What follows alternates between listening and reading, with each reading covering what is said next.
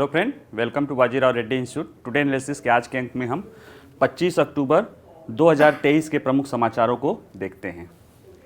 आज के जब हम समाचार पत्र में नज़र डालते हैं तो द हिंदू में पहला न्यूज़ है, बोल्ड एंड कैपिटल लेटर में, भूटान और चीन सीमा समझौते के बहुत करीब हैं। ठीक है, तो अब आप सोच रहे होंगे कि भूटान और चीन का सीमा समझौता है और वो भारत के लिए क्यों महत्वपूर्ण है।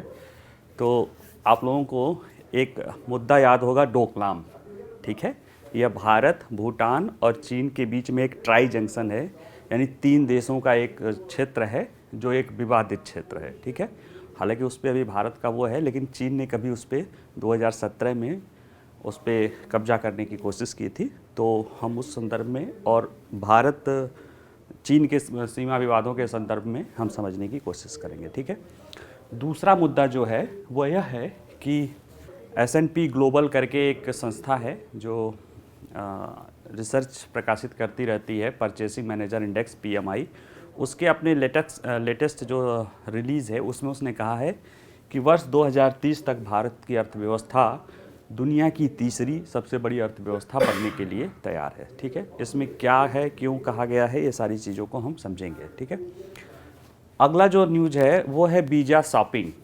अब वीज़ा, जहाँ तक आप लोगों को पता होगा कि जब हम किसी देश में यात्रा करना चाहते हैं तो उस देश के दूतावास में हम एप्लीकेशन लगाते हैं, जिसके ज़रिए मतलब वो देश की हमें वीज़ा मिल जाए, यानी हमें वहाँ जाने की अनुमति मिल जाए। ठीक है, इसके लिए कुछ देश कई बार फ्री होता है, जैसे श्रीलंका ने भारत के लोगों के लिए travel visa, tourism visa free कर दिया है। कई देशों में जो है पैसा लिया जाता है या कुछ होता है, अलग अलग श्रेणियाँ होती है। लेकिन एक जो ये परिघटना है, इसमें कुछ लोग वीज़ा यूं ही खरीदते हैं। वीज़ा शॉपिंग मतलब वीज़ा को आपने खरीद लिया। अब खरीद लिया, लेकिन उसके बारे में उसको उपयोग ना करे, यानी आपने वीज़ा क्यों लिया, किसी देश के जाने के लिए। लेकिन यहाँ पे जो वीज़ा शॉपिंग होती है, या तो उसका उपयोग नहीं किया जाता है, या तो उसका उपयोग किसी और देश के जाने के लिए किया जाता है। हम यानी वो जो वीज़ा जिस देश के लिए रहता वो देश का गंतव्य बहुत महत्व नहीं रखता है। इसको हम समझेंगे क्या मामला है, कैसे चर्चा में क्यों है। ठीक है, एक टर्मिनोलॉजी है, हो सकता है प्रयोग में आ जाए। ठीक है, आइए ज़रा पहले मुद्दे को देखते हैं। भूटान चीन का जो सीमा विवाद जो है वो काफ़ी समय से चल ही रहा है और 1984 से लेके 2016 तक उन दोनों के बीच में सीमा विवाद के 24 राउंड की वार्ता हो चुकी है। ठीक है, और 2016 के बाद यह 25वीं राउंड की वार्ता चीन में हो रही है, जिसमें भूटान के विदेश मंत्री पहली बार जो है, यानी भूटान का कोई विदेश मंत्री पहली बार चीन की आधिकारिक यात्रा पे है, क्योंकि चीन और भूटान के बीच में अभी डिप्लोमेटिक संबंध, कूटनीतिक संबंध नहीं है, यानी वाणिज्यिक दूतावासों का आदान प्रदान नहीं है। ठीक है, तो इसलिए ये चर्चा में हो गया है। और जब ये चीन की विदेश मंत्री की पहली बार यात्रा हो रही है, ऐसे में ये मान्यता हो रही है कि कहीं ना कहीं 25वीं दौर की जो वार्ता है उसमें भूटान और चीन सीमा विवाद को लेकर एक कह सकते हो कि इस फाइनल मुद्दे पर पहुंच गए हैं, तभी भूटान की विदेश मंत्री की चीन की यात्रा हो रही है। ठीक है, हम इसको लेकर क्यों वो हूँ, क्योंकि कहीं ना कहीं जो है, जैसे भारत की प्रतिक्रिया इस पर पूछा गया, क्योंकि भारत जब पिछले साल भी ये बात आई थी कि भूटान के प्रधानमंत्री ने कहा था कि वो चीन के साथ सीमा विवादों को हल करना चाहता है, तो भारत ने उससे अपनी प्रतिक्रिया दी थी कि भारत भूटान और चीन के बीच के सीमा विवादों पर बहुत तीव्र दृष्टि से, बहुत ध्यानपूर्वक नज़र रखे हुए है। हालांकि इस मुद्दे पे जब भूटान के विदेश मंत्री की यात्रा के बारे में पूछा गया तो उसमें कोई चर्चा नहीं की गई, इसलिए अभी कोई प्रतिक्रिया नहीं आई है। लेकिन ये चिंता का विषय है, क्योंकि कहीं न कहीं जो डोकलाम का मुद्दा है वो तीनों देशों का संयुक्त विवाद है।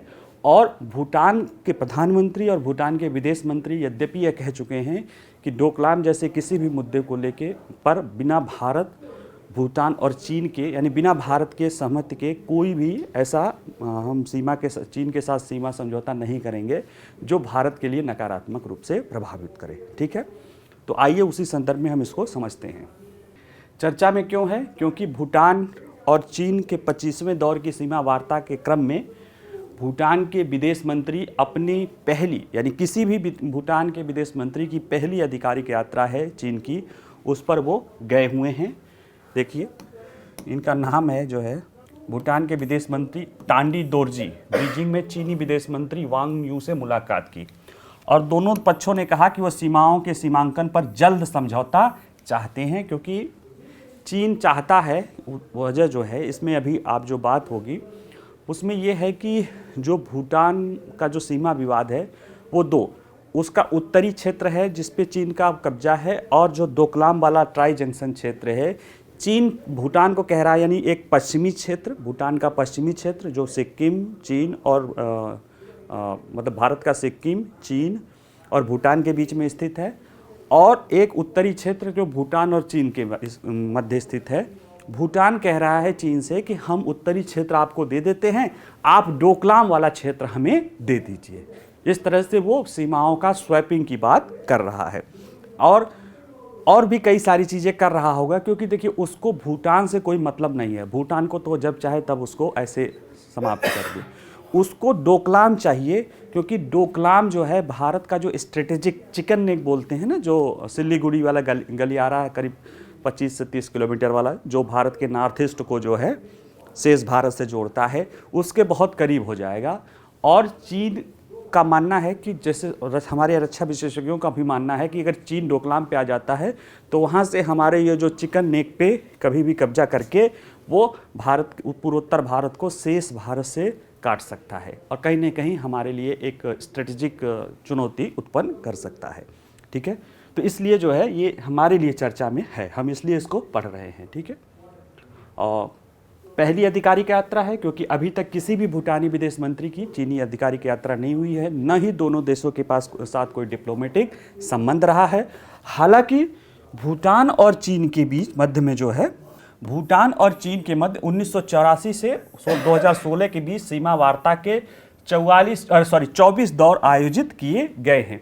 और जो ये यात्रा है ये कहीं न कहीं आप कह सकते हो कि ये 25वें दौर की जो वार्ता है, और इस वार्ता के लिए जो विदेश मंत्री जो है भूटान के गए हैं, उससे ये लगता है कि अब जो है कहीं न कहीं सीमाओं के सीमांकन के लेकर कुछ न कुछ चीज़ें एक परिपक्व अवस्था के लिए हो गई है। देखिए, जैसे कोई भी राष्ट्रपति या विदेश मंत्री या इस तरह की यात्रा होती है तो ये लोग अमूमन उस स्थिति में जाते हैं जब या तो चीज़ें एकदम फाइनल स्थिति में हो गई हो, बस जाके उसको थोड़ा सा चर्चा करके घोषणा करनी होती है, या चीज़ें इतनी बिगड़ गई है कि बिना राष्ट्राध्यक्षों के आपसी सहमति पे, यानी कोई चीज़ फंस जाता है कि बगैर राष्ट्राध्यक्षों के आपसी जो है परामर्श, आपसी उससे कोई चीज़ें हल नहीं हो सकती हैं। उसी स्थिति में जो है राष्ट्राध्यक्ष का जो है वो है कि या तो एकदम फाइनल स्थिति में हो गई है, या तो ऐसी स्थिति फंस गई है कि बगैर उनके कुछ नहीं हो सकता। तो यहाँ फंसने वाली स्थिति नहीं दिख रही है, यहाँ ये दिख रही है कि टेक्निकल स्तर पे जो अधिकारी स्तर पे वार्ताएं हैं वो कुछ फलीभूत होने वाली है। इसीलिए विदेश मंत्री का चीन में दौरा जो है एक तरह से सिंबॉलिक है, क्योंकि पहली बार दौरा हो रहा है किसी जो है भूटान के विदेश मंत्री का, इसलिए उम्मीद है कि ये समझौते के करीब पहुँच गए हैं। अब जैसे जो समझौते के करीब हैं, इसमें दोनों देशों ने भूटान चीन सीमा के परिसीमन और सीमांकन पर एक संयुक्त तकनीकी टीम का भी कामकाज की रूपरेखा की, और दोनों देशों के बीच एक सहयोग समझौते पर हस्ताक्षर किए हैं, जिस पर इस साल अगस्त में सहमति बनी हुई थी। जबकि जो है दोनों जो यहाँ के प्रधानमंत्री है भूटान के, वो जब चीन के प्रधानमंत्री से एक उसके वार्ता में मुलाकात हुई थी उनकी। ठीक है, 24 अक्टूबर को चीनी विदेश मंत्री के साथ डांडी दोरजे की बैठक के बाद चीनी विदेश मंत्रालय ने एक बयान जारी किया है, क्योंकि इन दोनों के बीच में केवल चीनी विदेश मंत्रालय का ही बयान आया है। उसने कहा है कि दोनों देश राजनयिक संबंध स्थापित करेंगे, जिस पर अब तक भूटान बाहर रहा है। यानी सीमा समझौता ही नहीं, दोनों देशों के अब डिप्लोमेटिक संबंध भी स्थापित होंगे, जिस पर अभी तक दोनों देश बाहर रहा है। और एक और उसमें कहा है कि अब जो है इसी तरह से भूटान जो है, जो P5 देश हैं, परमानेंट 5 देश हैं, यानी संयुक्त राष्ट्र सुरक्षा परिषद के जो 5 सदस्य देश हैं, उनमें से किसी एक के साथ ये समझौता करेगा, क्योंकि भूटान का और किसी भी देश के साथ इस तरह का समझौता नहीं है। ठीक है, भारत की प्रतिक्रिया, देखिए, भारत हमेशा कहता रहा है कि भारत भूटान और चीन के जो सीमा विवाद है उस पर बड़े बारीकी से नज़र रखे हुए है। हालांकि इस मामले पर अभी भारत ने कोई जो है प्रतिक्रिया नहीं दी है, क्योंकि जो भूटान की विदेश मंत्रालय का भी इसको लेकर कोई प्रतिक्रिया, ऑफिशियल प्रतिक्रिया नहीं आई है कि क्या हुआ है, कैसे हुआ है। हालांकि चीन के विदेश मंत्रालय ने कहा है कि जो दोरजी हैं वो उनसे सहमत थे चीन के जो है उसमें, लेकिन न अभी भूटान ने कोई प्रतिक्रिया दी है। इसलिए जब तक भूटान का कोई आधिकारिक प्रतिक्रिया नहीं आएगी तो भारत ने भी अपनी कोई आधिकारिक प्रतिक्रिया देना उचित नहीं समझा है। ठीक है, क्योंकि ये मुद्दा जो मेन है ना, वो एक है कि जो डोकलाम का इशू है, डोकलाम का जो निकट का ट्राई जंक्शन बिंदु है, ये भारत के लिए एक जो है उसका विषय हुआ है। ठीक है, भारत के लिए सुरक्षा चिंता क्यों है? क्योंकि जो सीमा विवाद का समझौता चल रहा है, अगर हम उसको समझें, जरा इसको मैप के बगैर भी समझने करें, अगर यह सिक्किम मान लो और यहाँ से भूटान मान लो और यहाँ से अरुणाचल प्रदेश आपका चलता है, ये अगर भूटान हो गया, ये सिक्किम हो गया, तो दो, एक तो ये वाला जो हिस्सा है यहाँ तक चीन है और इधर तो चीन है ही है, तो थोड़ा सा यहाँ पे मुद्दा विवादित है और थोड़ा सा यहाँ पे चुंबी वैली को लेकर, चुंबी वैली या डोकलाम का मुद्दा विवादित है, जो 3 देशों की है। चीन भूटान से कह रहा है कि हम ये वाला उत्तर वाला जो है ये तुम्हें छोड़ देते हैं, तुम हमें ये दे दो। और ये क्यों मांग रहा है? क्योंकि उसको लगता है कि यहाँ पे उपस्थित होके यहाँ से ही जो है सिलीगुड़ी मार्ग, इधर बांग्लादेश है और फिर आपका नॉर्थ ईस्ट जो है, फिगर देख लीजिएगा, ये जो छोटा सा हिस्सा है, अगर चीन यहाँ पे आ जाएगा तो यहाँ से डोकलाम से जहाँ पे वो बात है वहाँ से 25 से 30 किलोमीटर दूरी पर होगा। चीन को एक स्ट्रेटेजिक भारत के लिए बढ़त मिल सकती है। ठीक है, हालांकि भारत ने इसको लेकर बहुत तैयारी कर रखी है, वो कभी चर्चा आएगा तो हम इस मुद्दे को गंभीरता से बताएंगे। पहले प्रतिक्रिया तो जान ले, हो सकता है प्रतिक्रिया ही नहीं आए या क्या आए। ठीक है, गंभीरता से बताएंगे, क्योंकि भारत ने इसको लेके बहुत अच्छी तरह से यहाँ पे एयर सुप्रीमेसी या एयर डोमिनेंस के लिए अपने सुकोई M30 के, MTI, राफेल सब तैयार कर रखा है। चीन का बढ़िया यहाँ पे विकल्प कर रखा है। बाकी जो है सुंडा वाला जो क्षेत्र है वहाँ पे तो चीन के लिए तैयारी है ही हमारी। ठीक है, तो चीन जो है मेन, तो उसको जो अपना सुंडा वाला जो है या जो भारत का जो हिंद महासागर से जो गुजरता है उसको लेकर वो चाहता है कि कुछ ऐसा बार्गेनिंग चिप रहे कि अगर हमें वो दिक्कत हो तो हम भारत को ये काट के भारत के साथ वार्ता कर सके। जैसे इजराइल हमास संघर्ष हो रहा है, आप देख रहे होंगे कि आज जो है 15-16 दिन हो गया, लेकिन अभी भी इजराइल वहाँ पे अंदर नहीं घुस रहा है। उसके प्रमुख कारणों में एक है कि हमास ने इजराइल के 200 से अधिक ज़्यादा जो है नागरिकों को बंदी बना लिए हैं। ठीक है, तो कहीं ना कहीं ये मुद्दा जो है चीन को, उसको लगता है कि इसको क्या मिलेगा, उसको मिलेगा ये कि अगर इसको कर सकता है तो वो जब कभी समस्या उत्पन्न होगी तो वो भारत पे अपनी बढ़त, भारत को एक कह सकते हो कि यहाँ पे हिंद महासागर में कुछ करने से अपने को रोक सकता है। क्योंकि अगर देखा जाए भले बहुत सारा चीन हो, लेकिन भारत के पास 2 एक्टिव जो है विमान वाहक पोत है और चीन के बाद लोग कहते हैं, लेकिन अभी ऐसा कुछ नहीं है जो कह सकते हैं। तो ऐसी चीज़ें हैं कि भारत ने अपनी तैयारी हिंद महासागर में अच्छी खासी कर रखी है और चीन इस बात को समझता है, क्योंकि भारत के पास रूस की एक अकुला क्लास की न्यूक्लियर सबमरीन है, फिर वो पता नहीं दुनिया में कहाँ पे हो, जो सबसे कह सकते हो कि उससे अमेरिका तक भी डरता है। वो कहाँ पे हो, कितनी गहराई पे हो, ये बात सिर्फ भारत के लोग ही जान सकते हैं, क्योंकि वो इतनी गहराई पे रहती है कि वो आपको रडार से, हालांकि चीन उस दिशा में प्रयास कर रहा है लेकिन अभी उसके पास उस तरह की चीज़ें नहीं हो पाई है। तो इस तरह चीन बहुत कोशिश कर रहा है कि इस तरह भारत पे अपनी बढ़त, स्ट्रेटेजिक अपनी बढ़त बना रखे। ठीक है, इसलिए वो चाहता है, वो कह रहा है कि उत्तर वाला हिस्सा आप ले लो और हमें यहाँ वाला हिस्सा जो है, पश्चिम वाला हिस्सा हमें दे दो। ठीक है, लेकिन भारत के लिए चूंकि ये जो व्यवस्था है ये कहीं डोकलाम में ये भारत नहीं कर सकता, क्योंकि एक तो पहले तो ट्राई जंक्शन क्षेत्र है भारत का, भूटान का और चीन का, तीनों का क्षेत्र है। ऐसे में अगर वो देता है तो निश्चित रूप से भारत के लिए सुरक्षा चुनौतियां उत्पन्न हो सकती है। ठीक है, और यह 2017 में डोकलाम के लिए गतिरोध भी हो गया था। 2020 में जो है गलवान का और इस तरह का जो है चीज़ें, वो तो खैर उसमें जो है डोकलाम में कहीं, चूँकि भारत उस तरह की उम्मीद नहीं किया था, थोड़ा सा शुरुआती चौर में उसको दिक्कत आई, लेकिन बाद में उसने जो है गलवान और इस तरह की चीज़ों में खूब अच्छा से उनको सिखा दिया है। अब तो जब भी मौका आता है वो बढ़िया से चीन को टिट फॉर टैट कर देता है। ठीक है, जहाँ तक भूटान के प्रधानमंत्री की बात है, उनके विदेश मंत्री की बात है, उन लोगों ने ये कह रखा है कि भूटान कोई भी ऐसा कहा है कि भारत के हितों के विरुद्ध कोई समझौता नहीं किया जाएगा। ठीक है, और स्पष्ट किया कि डोकलाम में ट्राई जंक्शन के बारे में कोई भी बातचीत केवल भारत, भूटान और चीन के बीच त्रिपक्षीय रूप से ही होगी।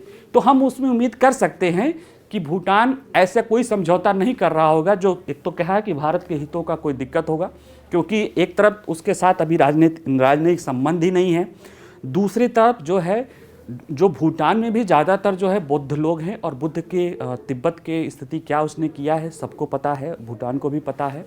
ठीक है, वो चीज़ों को संबंध बढ़ाना चाहता है, टूरिज़्म और इस तरह के डेवलपमेंट को बढ़ाने की कोशिश कर रहा है, हर देश करना चाह रहा है, लेकिन भारत के साथ उसकी कुछ विशेष संबंध हैं। ऐसे में हम उम्मीद कर सकते हैं कि भूटान ऐसा कुछ भी नहीं करेगा जो भारतीय हितों को नुकसान पहुंचाए। ठीक है, तो चलिए, जब अगर कोई बात होती है तो इस पे आगे हम चर्चा करेंगे। देखिए, भारत जगमगाता सितारा, ठीक है, S&P ग्लोबल करके एक संस्था है जो अंतर्राष्ट्रीय स्तर पे जो है आर्थिक क्षेत्रों में, निजी क्षेत्रों में विभिन्न तरह के अध्ययन निकालती है, और उसका जो है परचेसिंग मैनेजर इंडेक्स किसी भी देश की अर्थव्यवस्था को समझने का एक बहुत महत्वपूर्ण जो है कह सकते हैं इंडिकेटर के रूप में काम करता है।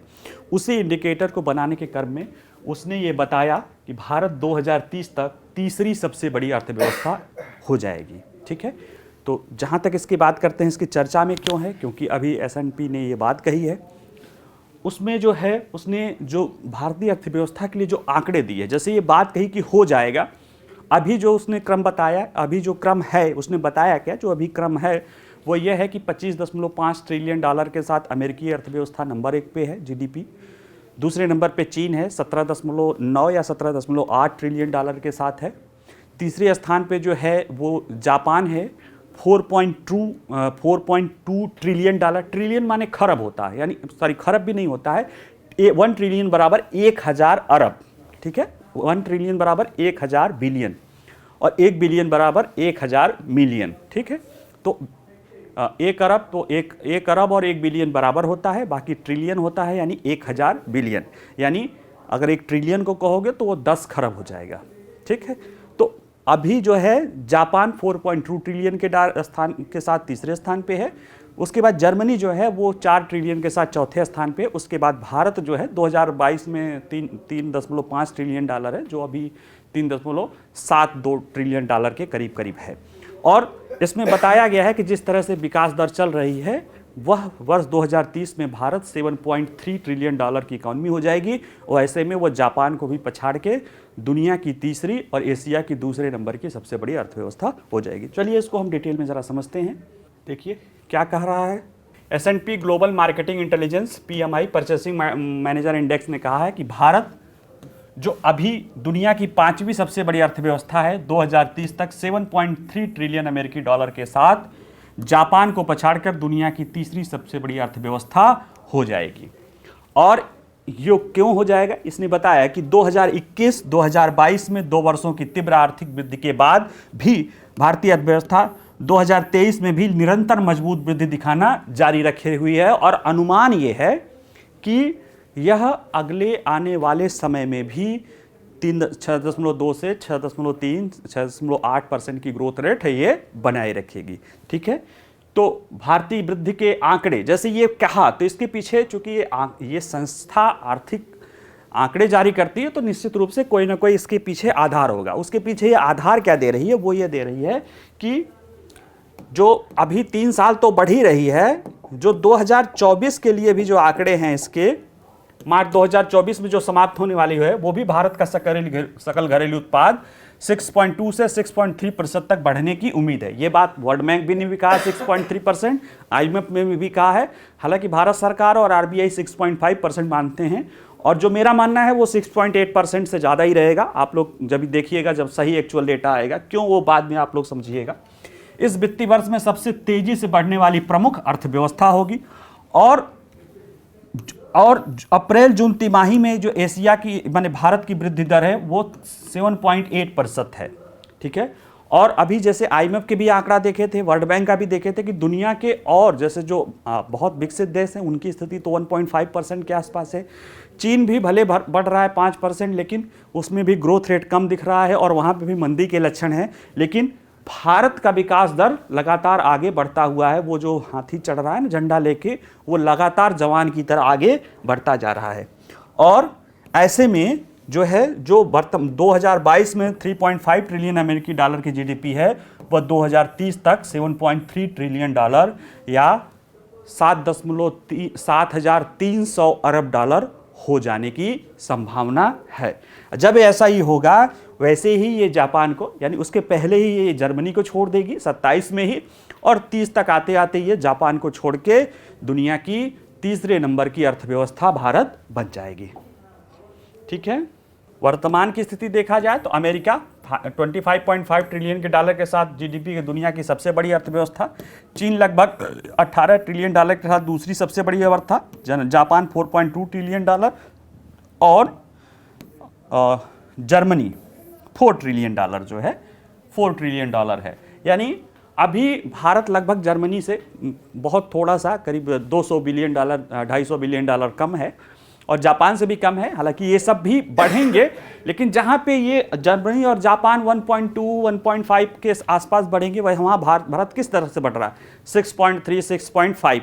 तो जल्दी ही इनको ओवरटेक करने की संभावना है। हमें तो लग रहा है कि जिस तरह से वैश्विक स्थिति है, जिस तरह से जापान और जर्मनी में स्थिति खराब है, हो सकता है ये 30 छोड़ो वो 2028 तक ही भारत उनको ओवरटेक करके दुनिया की तीसरी नंबर की अर्थव्यवस्था बन जाए। फिर ये समय, ये जो अंतराल तीसरा है, ये फिर लंबा चलेगा, क्योंकि फिर अमेरिका एक तो देख ही रहे दुनिया की 25 अरब डॉलर है, अगर वो 1-2% से भी बढ़ेगी तो भी वो काफ़ी बढ़ जाएगी, ठीक है। और चीन भी 18 अरब डॉलर है। तो ऐसे में ये आंकड़ा थोड़ा लंबा चलेगा, ठीक है। जो है दूसरे स्थान या पहले स्थान के आने के लेकर लंबा चलेगा, लेकिन तीसरे स्थान पे तो हम इस दशक के यानी 2030 के पहले ही हम वहाँ तक पहुँच जाएंगे। अब इससे पूछा, इसने बताया, अब ये बताया कि हम क्यों पहुँच जाएंगे, मतलब हम क्यों, जो वृद्धि दर है हम वो पहुँच जाएंगे। और वो वृद्धि दर क्यों है, मतलब एक तो है कि हम आज 10 साल बाद वहाँ पहुँचेंगे, तो कैसे पहुंचेंगे वो बता दिया, क्योंकि हम जिस गति से चल रहे हैं वो हमें वहां तक पहुंचा देगा। अब ये प्रश्न है कि क्या वो गति बनी रहेगी और क्यों बनी रहेगी, उसका कारण ये बताता है कि भारतीय अर्थव्यवस्था के प्रमुख विकास चालक या प्राइम मूवर फैक्टर जो हैं विकास अर्थव्यवस्था के कौन कौन से हैं। उसमें अगर मोटे मोटे तौर पर देखा जाए तो सबसे बड़ा जो है बहुत भारत का जो मध्यम वर्ग है। जैसे अगर जो IMF या वर्ल्ड बैंक या जो भी देखें कि भारतीय अर्थव्यवस्था दुनिया के टर्मोइल में भी क्यों बढ़ रही है, क्योंकि हमारे पास एक बड़ा मध्यम वर्ग है जो खूब खर्च कर रहा है और धीरे धीरे बढ़ भी रहा है, प्रॉस्परस भी हो रहा है, यानी समृद्ध भी हो रहा है, खर्च भी बढ़िया कर रहा है। साथ ही में सरकार इन्वेस्टमेंट भी बहुत कर रही है, इंफ्रास्ट्रक्चर में भी बहुत सारा इन्वेस्टमेंट कर रही है।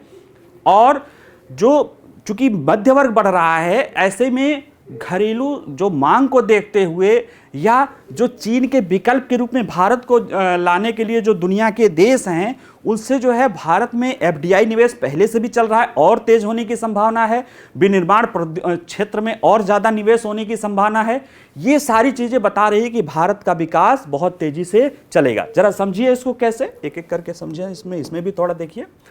तेज़ी से बढ़ते भारतीय अर्थव्यवस्था में घरेलू उपभोक्ता बाजार है, इसको सबसे बड़ा हो रहा है, क्योंकि घरेलू उपभोक्ता बाजार बड़ा हो रहा है तो औद्योगिक क्षेत्र भी उसी तरह भारत में विनिर्माण, बुनियादी ढांचे और सेवाओं सहित कई क्षेत्रों में बहुराष्ट्रीय कंपनियों के लिए एक महत्वपूर्ण निवेश गंतव्य बना दिया है।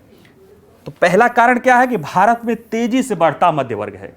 आज भारत में लगभग 30 करोड़ मध्य वर्ग है, जो अमेरिका की आबादी के बराबर है लगभग, और उसमें भी बहुत तेजी से वो इतना खर्च कर रहा है। जैसे जो आंकड़े बता रहे हैं RBI के, जिस तरह से कि मध्य वर्ग खर्च कर रहा है और जो सरकार इंफ्रास्ट्रक्चर पे निवेश कर रही है, और इस वजह से जो डायरेक्ट टैक्स के डेटा बताते हैं, जो सरकार जो आम लोगों के या जो कह सकते हो जो कॉरपोरेट घरानों के जो आय का जरिया बताता उसके भी आंकड़े बेहतर हो रहे हैं। ऐसे में ये एक बहुत महत्वपूर्ण सकारात्मक कारक है। इसका बड़ा और तेजी से बढ़ता मध्य वर्ग उपभोक्ता खर्च को बढ़ाने में मदद करेगा, क्योंकि देखिए जैसे जैसे मध्य वर्ग बढ़ेगा हम में जो भी हम एक तो बढ़े खर्च, जब हमारा आकार बड़ा होगा हमारी आय बढ़ेगी तो हम खर्च बढ़ेंगे, तो बहुत बड़ा डिमांड आएगा, ठीक है। और ये जो डिमांड आएगा इसकी पूर्ति क्या होगी, भारत की घरेलू जरूरतों से पूरी होगी। हम निर्यात पे भी हो रहे हैं, लेकिन हमने जो है अच्छी परिस्थितियां इसलिए बन रही हैं कि भारत में ही चूंकि खर्च बहुत बढ़ रहा है, अमेरिका की स्थिति खराब है। अब देखिए सुनिए, आप एक न्यूज़ बताते हैं, जो ताइवान की एक कंपनी है फॉक्सकॉन, जिसने वेदांता के साथ जो है अभी एक समझौता किया था गुजरात में, हालांकि फिर वो दोनों अलग होकर वो लोग अलग अलग के साथ आना चाह रहे हैं। वह एप्पल जो मोबाइल फ़ोन है उसका सबसे बड़ा वो कह सकते हो सप्लायर है या मैन्युफैक्चरर है, ठीक है। फॉक्सकॉन का बहुत बड़ी कंपनी है, 220-30 अरब डॉलर की उसकी टर्नओवर है। उसके मालिक ने ताइवान में राष्ट्रपति चुनाव के लिए लड़ा है, और अमेरिका और ताइवान का रिश्ता तो आप समझ ही रहे हैं, ठीक है। ऐसे में अमेरिका ने जो फॉक्सकॉन की जो वहाँ पे कंपनियां हैं जो अब उसकी चीन में या जो भी अमेरिका ने नहीं, चीन ने फॉक्सकॉन की जो चीन में जो कंपनियां हैं उसमें बहुत सारे जांच और इस तरह की चीज़ें वो करना शुरू कर दिया है। ऐसे में एप्पल यहाँ बना ही रहा है, फॉक्सकॉन भी यहाँ आना चाहता है, और वो उसको भी पता है कि भारत में हमारा हित सुरक्षित है। भारत वो है, क्योंकि देखिए ताइवान को भी पता है कि अगर अमेरिका जब तक हम अमेरिका के लिए स्ट्रेटेजिक रूप से महत्वपूर्ण हैं, तब तक अमेरिका हमारे लिए खड़ा रहेगा। लेकिन अमेरिका को भी सब सहयोग की ज़रूरत है, उसके लिए भारत बहुत महत्वपूर्ण है। तो जो ज़्यादातर ताइवान के देश हैं, वो लोग कहते हैं ना कि वो और दक्षिण एशियाई देशों में जाएंगे, लेकिन वो देश चीन के प्रभाव से मुक्त नहीं है।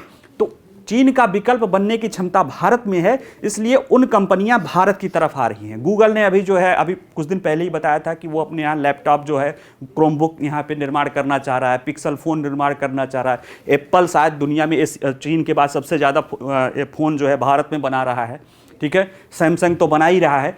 तो ये सारी चीज़ें कहीं ना कहीं भारत में, एक तो उपभोक्ता वर्ग और ये सारी चीज़ें, अगला जो है कि जो है उसके कारण जो है भारत में बहुत बड़ा ये जो है इन बड़ी बड़ी कंपनियों को निवेश कर रहे हैं। साथ ही में जो हमारा डिजिटल परिवर्तन से ई कॉमर्स में विकास की बात ये S&P ने कहा है कि भारत में जैसे अभी 2022 के आंकड़े बता रहे हैं, 2020 में 50 करोड़ जो है भारत में 500 मिलियन या 50 करोड़ जो है भारत में इंटरनेट उपयोग करने वाले थे।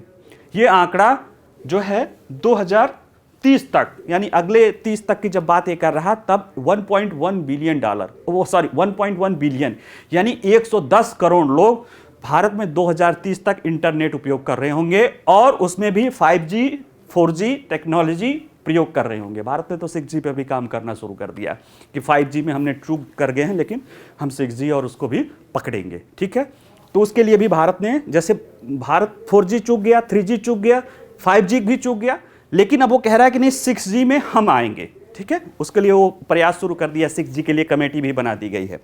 तो ये सारे जो है, ये जब इतने जो आपके पास इंटरनेट प्रयोग होंगे, और उस तरह से भारत में डिजिटल पब्लिक इंफ्रास्ट्रक्चर भी बढ़ रहा है, साथ में डिजिटल जो आधारित कंपनियां हैं, जो सर्विस प्रोवाइडर हैं या जो सामान बेचने वाली ई कॉमर्स कंपनियां हैं, उनमें भी बहुत तेज़ी से क्या हो रहा है, वो भी कंपनियां बहुत तेज़ी से भारत में बढ़ रही हैं। इन सब चीज़ से जो ऐसी कंपनी जो दुनिया की ई कॉमर्स कंपनी हैं या जो टेक्नोलॉजी बनाने वाली कंपनियां हैं, वो तेज़ी से अब भारत में 110 अरब, यानी कि देखिए लगभग 60 करोड़ और लोग इंटरनेट पे आएंगे, तो वो या तो फ़ोन इस्तेमाल करेंगे या तो कंप्यूटर। ऐसे में जो फ़ोन और कंप्यूटर बनाने वाली कंपनियां हैं, उनको क्या लगेगा कि भारत बेहतर विकल्प है, आओ हम भारत की तरफ चलते हैं। जो एप्पल कभी कहता था भारत में कि हम भारत में सेकंड हैंड फ़ोन बेचेंगे, क्योंकि स्टीव जॉब ने कहा है, इसलिए मैं कभी एप्पल का फ़ोन नहीं यूज करता हूं, मेरा उससे 36 का आंकड़ा है, क्योंकि उसने कहा था 2013 की बात है कि भारत में उतने ग्राहक नहीं हैं जो एप्पल को अफोर्ड कर सके, ठीक है। ये उसका स्टेटमेंट है, और भारत में वो अपना सेकेंड हैंड मार्केट करना चाहता था। आज वो एप्पल भारत को अपना मेन आधार बना रहा है फ़ोन के लिए। हालांकि लैपटॉप के लिए वो अभी भी चीन पे निर्भर है, क्योंकि मैंने पहले भी बताया था कि उसमें बहुत सारी चीज़ें शामिल होती है। लेकिन फ़ोन के लिए वो चाह रहा है कि भारत को, और जो फॉक्सकॉन है जो उसका प्रमुख उत्पादक है, उसका सप्लायर है, वो भी जिस तरह से चीन के साथ उसके मालिक का संबंध है, वो कहीं ना कहीं वो भारत की तरफ ही शिफ्ट होगा। ठीक है, भारत में एफडीआई प्रवाह बड़ी वृद्धि। देखिए, जब ये सारी चीज़ें होंगी, अगर दूसरा ये पहला कि हमारे पास जो है बहुत उपभोक्ता वर्ग है, वो वैश्विक स्तर पे बता रहा है कि हमारे पास एक बहुत बड़ा उपभोक्ता वर्ग है जो और भी बड़ा होता जा रहा है और भी समृद्ध होता जा रहा है।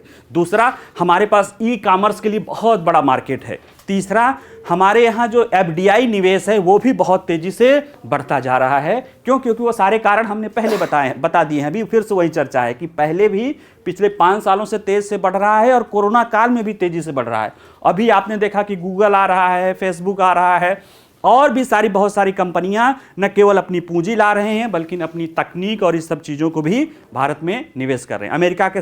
अमेरिका और भारत के साथ जो रक्षा समझौता हुआ है, बहुत सारी चीज़ वो स्ट्रेटेजिक चीज़ें भारत में डेवलप करने की बात, डिज़ाइन एंड डेवलपमेंट की बात हो रही है। ये सारी चीज़ें बता रही हैं कि कहीं ना कहीं ये जो विदेशी निवेश और ये सारी चीज़ें होंगी तो इसका क्या होगा, इससे सब कुछ मिलाएंगे, ये सारी चीज़ों को जब मिला देंगे, यानी जो एक बढ़ता जो है मध्य वर्ग, उपभोक्ता वर्ग, एक बहुत बड़ा जो है ई कॉमर्स का क्षेत्र, बढ़ता हुआ जो है एफडीआई निवेश, और जो वैश्विक परिस्थितियां और लगातार एक ग्लोबल डेवलपमेंट स्पॉट के रूप में निखरता भारत, ये सारी चीज़ें वो हैं जो भारत को कहीं ना कहीं दुनिया की, जो वो नहीं दिखा रहा कि अर्थव्यवस्था में ऐसे पिक्चर, वो वैसे ही है कि एक चमकता सितारा है।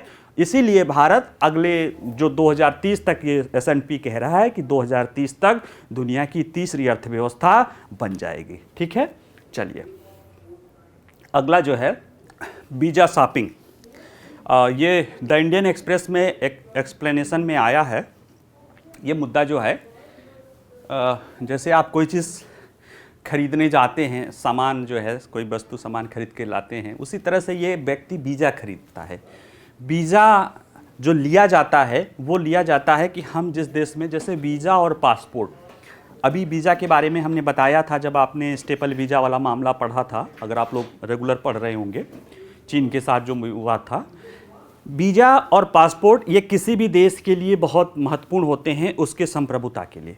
जैसे पासपोर्ट किसी भी देश के नागरिक की पहचान होती है, उसी तरह से वीज़ा के जरिए कोई भी देश किसी अन्य देश के नागरिकों को अपने यहाँ आने देने या न आने देने की शक्ति रखता है। ठीक है, डिप्लोमेटिक वीज़ा को छोड़ दिया जाए, वो भी वियना कन्वेंशन के जरिए होता है। ठीक है, जैसे कोई राष्ट्राध्यक्ष, कभी प्राइम मिनिस्टर मोदी जब चीफ मिनिस्टर थे तो अमेरिका में उनको वीज़ा रोकने की बात थी, लेकिन जैसे अब ये बात था कि प्रधानमंत्री बन गए, तो ऐसे देशों के लिए वो वियना कन्वेंशन के तहत वो छूट है। मैं उनकी बात नहीं कर रहा हूँ, मैं नॉर्मल आदमी की बात कर रहा हूँ, नॉर्मल लोगों की आवागमन की बात कर रहा हूँ। तो जो वीज़ा होता है वो किसी भी देश को, वो अपनी सीमा में कौन आएगा कौन नहीं आएगा इसको रेगुलेट करने की पूरी अथॉरिटी देता है। ऐसे में अगर हम किसी देश में जाते हैं, ठीक है, अगर हमें किसी देश में जाना है तो हमें उस देश के लिए हमें एक वीज़ा हमें अप्लाई करना पड़ता है, और वो देश कुछ जैसे जिस कैटेगरी में जाना है, कुछ निःशुल्क होता है, कुछ शुल्क होता है, जैसे करके वो हमें वीज़ा अलाउ करते हैं। ठीक है, लेकिन ये चीज़ें देखी जा रही है क्योंकि इसलिए चर्चा में क्यों आया कि हम इस मुद्दे को देखें तो आप देखेंगे कि पंजाब में जो है वीज़ा शॉपिंग की एक प्रथा चल पड़ी है। उसमें जो है ये देखा जा रहा है कि जैसे पंजाब सहित कई राज्यों में वीज़ा शॉपिंग की एक प्रथा चल रही है, और ये क्या है इसको अगर समझना हो तो समझिए कि वीज़ा शॉपिंग से तात्पर्य है कि आप उन देशों का वीज़ा लें जहां ना आपको अभी तुरंत जाना हो, और यहाँ या फिर जाना भी हो तो आप उसके जरिए किसी और देश में चले जाएं। यानी आप जिस देश का वीज़ा ले रहे हैं उसमें अभी आपका जाने का कोई इंटेंशन नहीं है, क्योंकि वीज़ा कुछ समय के लिए होता है, साल भर तक के लिए भी होता है कुछ मामलों में, अभी कोई जाने का उद्देश्य नहीं है, या आप अभी जा भी रहे हैं तो सिर्फ इसलिए क्योंकि वहां से जाके किसी और देश में आप आसानी से जा सकें। इसको समझने के लिए देखिए, जहां ये क्या है, व्यक्ति दिए गए वीजा अवधि के दौरान जा भी सकते हैं या नहीं भी जा सकते, क्योंकि ऐसे वीजा लोगों को अपने पसंदीदा देशों में प्रवेश करने के लिए प्रवेश द्वार प्रदान करते हैं, एंट्री पॉइंट है, ठीक है, खासकर यूरोप में। अभी बताते हैं कि क्या मामला है। दूसरा, जिन लोगों को किसी विशिष्ट देश की यात्रा की तत्काल की योजना नहीं है, वह भी ऐसे देशों के लिए वीजा खरीद रहे हैं। इसका उद्देश्य भविष्य में अपनी पसंद के देशों के लिए वीजा प्राप्त करने की संभावनाओं को बढ़ाना है। जैसे हम पहली बार किसी देश में, कई सारे देश हैं, जैसे बहुत सारे देश हैं, उनको अपने अपने, भाई वीजा क्या है, उनका एक्सक्लूसिव राइट है। आप वो किसको देंगे किसको नहीं देंगे वो अपने आंतरिक चीज़ों को ध्यान में रखते हुए देते हैं।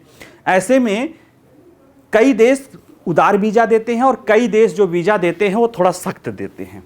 तो कुछ ऐसा काम, जैसे कि वीजा ले लिया किसी देश का, जैसे कुछ देश खासतौर से यूरोप में एक कहा जाता है सेंगोन क्षेत्र, सेंगोल नहीं, तमिलनाडु वाला जो नहीं, सेंगोन क्षेत्र है, वो एक उससे जुड़ा एक समझौता है। अभी उसमें ही चल के देख लेते हैं। एक सेंगोन उदाहरण के रूप में देखा जाए कि इसका उदाहरण के साथ समझेंगे तो बेहतर समझेंगे। सेंगेन वीज़ा है, इसमें होता क्या है कि ये एक क्षेत्र है, यूरोपीय यूनियन, कुछ देश यूरोपीय यूनियन के हैं, 23 देश इसमें यूरोपीय यूनियन के हैं और 4 देश यूरोपीय यूनियन के बाहर के हैं। टोटल 27 देश हैं। ये 27 देश मिलकर एक क्षेत्र बनाते हैं, जिसमें वो अपना बनाए हैं कि इन क्षेत्र के देशों का आपस में एक दूसरे के देशों में आवागमन अनरिस्ट्रिक्टेड है, यानी कि उनके लिए वीज़ा देने की ज़रूरत नहीं है।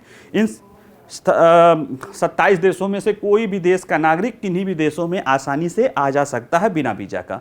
इसको थोड़ा और बढ़ा के उन लोगों ने वीज़ा के लिए भी किया है कि कोई टूरिस्ट अगर आता है, उसमें से किसी एक देश का अगर उसके पास वीज़ा है तो वो उसी वीज़ा से अन्य जो 27 देशों में भी वो आसानी से यात्रा कर सकता है। समझ रहे हैं?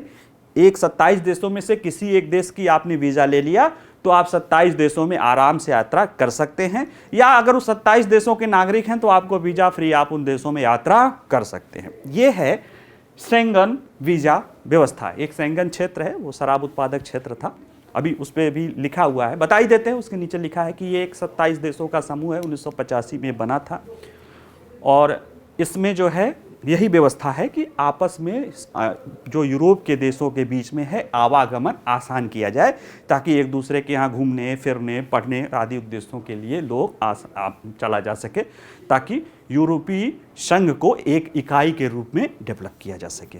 ठीक है, यहाँ पे जो मुद्दा है कि अब देखिए शेंगन वीज़ा में जर्मनी भी है, वहाँ पे स्विट्ज़रलैंड भी है, वहाँ पे यूरोप के कई सारे ऐसे देश हैं जहाँ पे हो सकता है कि वीज़ा आपका पाना थोड़ा टफ हो या आपको वीज़ा न मिल रहा हो। और अब आपको उन देशों में से उसी, जैसे हमें स्पेन जाना है और स्पेन का वीज़ा बड़ा सख्ती से मिल रहा है, हमें नहीं पता कि यार उस स्पेन में 1-2 बार किया वो नहीं दे रहे हैं, या लग रहा है कि वहाँ का वीज़ा बहुत मुश्किल है, बहुत लिमिटेड अमाउंट में मान लिया कोई देश हमें वीज़ा, किसी भी देश को वीज़ा दे रहा है। लेकिन उसी शेंगन देश का कोई दूसरा देश है, जैसे एस्टोनिया है, लिंगस्टान है, वहाँ पे आप आसानी से वो आपको वीज़ा दे रहे हैं। तो ऐसे में लोग क्या कर लेते हैं, आप वो उन देशों का वीज़ा ले लेते हैं और जाना हुआ तो जाएंगे। पहली स्थिति में हुआ कि जाना होगा तो जाएंगे, नहीं जाना होगा तो कोई बात नहीं है। अब अगर वो गए भी तो वहाँ पे उतर के इसके बाद वहाँ से यूरोप के अन्य देशों में वो घूमते हैं और एक्चुअल में जहाँ जाना होता है, जिस देशों में उनको घूमना फिरना होता है, वहाँ जाते हैं। ठीक है, तो ये कहा जाता है वीज़ा शॉपिंग का एक उदाहरण। और कई बार ऐसा होता है कि जैसे हमें किसी देश में जाना है और हमने वहाँ पे डायरेक्ट वीज़ा के लिए अप्लाई किया, तो हो सकता है सख्त है कि भाई देखा गया कि पहली बार आया है कि नहीं। तो उस तरह के आसपास के देशों में अगर हमने 1-2 जगह जहाँ सस्ती वीज़ा हो अपने लगवा लिया, तो उनको लगता होगा कि हाँ यार ये तो घूमता फिरता रहता है। तो जब वो वीज़ा के लिए जाते हैं तो उनका जो ट्रैवल हिस्ट्री उनको ये आसान बना देता है वीज़ा मिलने के लिए। ये सारी चीज़ें, यानी दोनों ही कंडीशन में जो हमने वीज़ा लिया, वो जिस देश का वीज़ा लिया उस देश में नहीं जाना चाहते हैं, जाना हम कहीं और चाहते हैं, उसके लिए सिर्फ हमने वीज़ा को खरीदारी की है। जैसे कहीं जाने के लिए हम लोग जो है, ये शेंगन क्षेत्र है, आप लोग अभी बताए ही हैं कि जो है कहीं हमको जाना होता है तो हम कपड़े आदि सारी चीज़ें खरीदते हैं, तो उसी तरह से हम वहाँ पे कहीं जाने के लिए हमें वीज़ा चाहिए। तो वीज़ा के पहले भी हम लोग कुछ एक दो वीज़ा खरीद लेते हैं कि हम वहाँ पे जा सकते हैं। ये प्रक्रिया जो है खासतौर से पंजाब और उस तरह के जो ट्रैवल एजेंट हैं वो लोग बताते हैं कि ये वीज़ा, यहाँ का वीज़ा ले लो, आसानी से हो जाएगा और वहाँ जाके आप पूरा घूम आना। ठीक है, तो अब मामला ये कि क्या इसमें कोई कानूनी विवाद है? भाई ये है, तो अब देखा जाए तो इसमें अगर है कि आप ठीक है, आप जैसे हमें यूरोप घूमना है और उन शेंगन क्षेत्र के किसी एक देश की वीज़ा लेते हैं और हम उस जो और दूसरों की देशों की यात्रा सभी देशों की करते हैं, तब तो कोई दिक्कत नहीं है। लेकिन होता क्या है कि हमने जहां लिया, जहां का वीज़ा, वहां तो गए एक दिन और जहां दूसरे देश में जाके 10 दिन रुक रहे हैं, 15 दिन रुक रहे हैं। तो ऐसे में ये चीज़ कहीं ना कहीं गलत हो जाएगा। और यूरोपीय देशों ने भी इस तरह की चीज़ों को देखा। जैसे एस्टोनिया के दूतावास ने कहा कि वीज़ा शॉपिंग के मामले को कहा कि आप अगर शेंगन क्षेत्र के किसी भी देश में जा रहे हैं तो आप उस देश का लीजिए जहां पे आप अपना मैक्सिमम समय गुजारेंगे। और ये पता तो चल ही जाता है कि उसमें लिखा रहता है इटिनरी की कहां कहां कितने कितने समय पे आपको किन किन देशों में जाना है। तो ऐसे में अब अगर आप उसका उल्लंघन करेंगे, यानी आप जानबूझ के किसी अन्य देश में इसका वीजा इसलिए ले रहे हैं कि किसी और देश में आपको घूमना है और उसको भी इस तरह की जो पता चल जाए, यानी आपको 30 दिन की यात्रा करनी है, भाई 10 दिन वहां पे घूम लो जहां से आपको जाना है, आप वहां पे घूमो, इसके बाद 2 4 5 दिन घूमते रहो। तो उससे लगता है कि आप किसी और देश में 10 दिन 7 दिन, यानी अगर आप जिस देश का वीजा ले रहे हो शॉपिंग के लिए, अगर उसी देश में सबसे लंबा समय गुजार दोगे तो कोई दिक्कत नहीं है, क्योंकि ये माना जाएगा कि भाई ये वहीं घूमने आया था, बाकी पूरा यूरोप घूम रहा। लेकिन जिस देश में गया वहां पे 1-2 दिन घूमो और बाकी सारे देशों में घूमो, तो वो वीज़ा शॉपिंग के तहत आ जाएगा और हो सकता है कि आपको वहाँ से डिपोर्ट कर दिया जाए, सीधे भारत के जहाज में बैठा के बोला जाए चलो चले जाओ। क्योंकि आपको वीज़ा मिला है तो नियम और शर्तों के लिए मिला है। किसी भी देश की, देखिए वीज़ा किसी भी देश की संप्रभुता होती है, उसकी आव्रजन नीति होती है। उसके साथ अगर किसी ने व्यवस्था दे रखी है अपनी व्यवस्था क्षेत्र के लिए तो ठीक है, आप उसका सदुपयोग करिए, उसका दुरुपयोग करना कहीं भी ये उचित नहीं है। ठीक है, तो ये रहा वीज़ा शॉपिंग का मुद्दा, बड़ा इंटरेस्टिंग था। मैंने कहा देखते हैं, हो सकता है कि कई बार यूपीएससी ऐसी छोटी छोटी चीज़ों को भी प्रश्न पूछ देता है। ठीक है, चलिए आज इतना ही, आप लोग इसको पढ़िएगा और मैंने बार बार बताया कि अपना खुद का नोट्स बनाइए हैंड आउट से, एक दिन बाद हैंड आउट्स आ ही जाता है, तो उससे भी लेके अपना जो है नोट्स बनाइए, पढ़िए, तैयारी करिए, क्योंकि जो आपका नोट्स होता है वही अंततः जो है आपको एग्ज़ाम में काम आता है। ठीक है, चलिए नमस्कार।